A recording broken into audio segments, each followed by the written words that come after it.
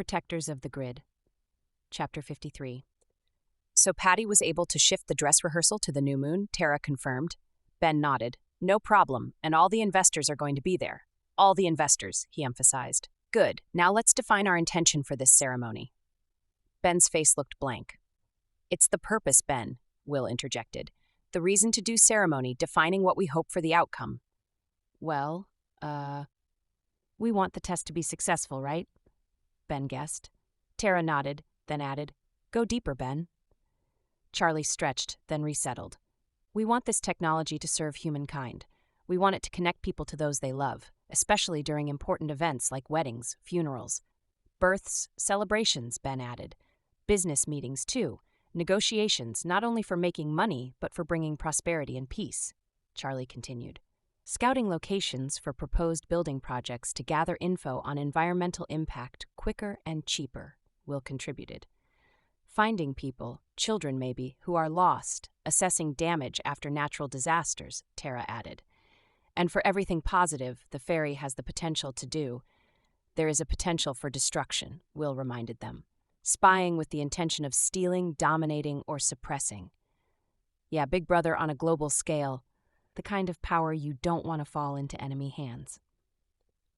Charlie was passionate. By the way, did you know we've added more definitive privacy clauses in the subscriber agreement? And the agreements can be adjusted to allow for more participants in specific events, fewer in others. Plus, we've provided an alarm on the receivers so that users know if anyone is watching who shouldn't be. If there is a security breach or they forget to turn the receiver off, they will be alerted. So our intention for this ceremony, Tara said, bringing them back to the point of the discussion. Our intention is that this technology be used only for the highest good, and we are soliciting support from all dimensions to make it so. She looked around at the other three. Agreed? They all nodded. Tara continued. This includes protecting the technology from any and all forces that would use it for purposes of power, greed, or any kind of harm, right? Again, they all nodded. The next step is to choose the location. Ben, where are some sacred sites around here? Why do we have to go somewhere else, Tara? The ceremony we did right here was powerful. What do we gain by going to a sacred site? Energy, Ben. Of course, we can do ceremony anywhere, anytime, at home, in a park or backyard, even in a car. But when we deliberately seek out a sacred site, we gain the energy of all who have prayed there before us. The energy that has soaked into the land, the stones, everything present over all the times of seeking wisdom, seeking strength, committing to serve the highest good. The site holds the vibration of prayer. Sacred sites are portals to other dimensions, places where we can more easily connect with ancestors, angels, guides, and teachers. Ah, I see, Ben responded thoughtfully. The place where Red Fox took me for my vision quest had that kind of energy. Will added. Plus, the effort to find and approach the sacred site reinforces the commitment to our intention. The journey is the destination. We have actually already begun the ceremony by having established our intention and being in the process of planning the ceremony. Can't you feel the energies gathering around us as we solidify our thoughts? It's as though the universe is watching and waiting. Charlie leaned forward to place a gentle hand on Ben's forearm. It gets stronger, too, as we move through the process, Ben. Once we declare who we want to be and what we want to happen, as we move toward that, the universe shows us who we are in relation to that goal, giving us choices that will either support or contradict our emergence.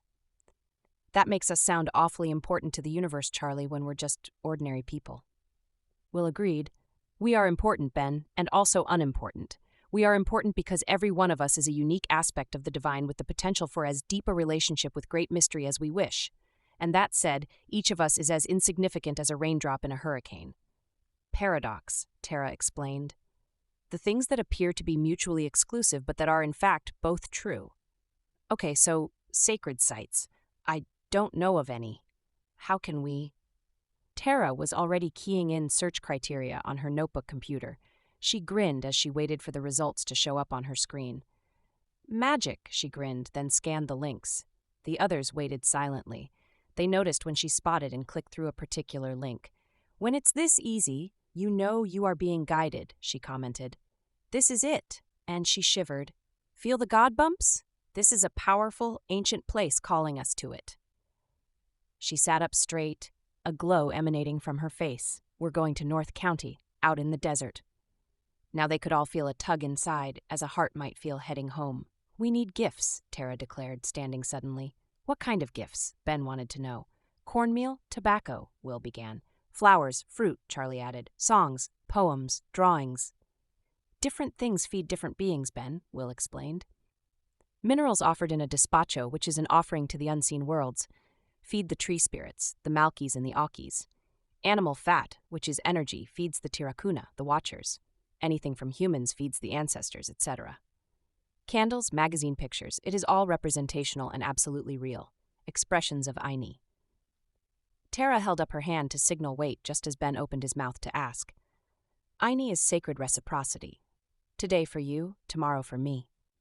The energy exchange of giving and receiving must be balanced for life itself to balance.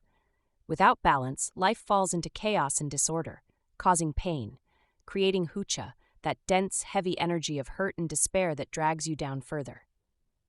Ben was beginning to squirm in his chair as though he were eager to get going. So what do you do with a despacho once you've made it? You can offer it one of three ways. Bury it, burn it, drown it. This one wants to be burned, Tara reported with certainty. That means we will need to build a sacred fire, Will observed. Tara nodded. Which also means we should probably take wood with us. There's not much wood in the desert. I'll take care of that. Thanks, Will. And we each bring our sacred tools. Plus, she paused, plus we should all eat and drink nothing but water and plant foods until after the ceremony. Those are the high-vibration foods that will allow us to align with the high-vibrational beings we encounter across dimensions. There was a definite acceleration and lightening of the energy in the condo. They almost floated out of their chairs to go their separate ways, preparing for the spiritual journey ahead.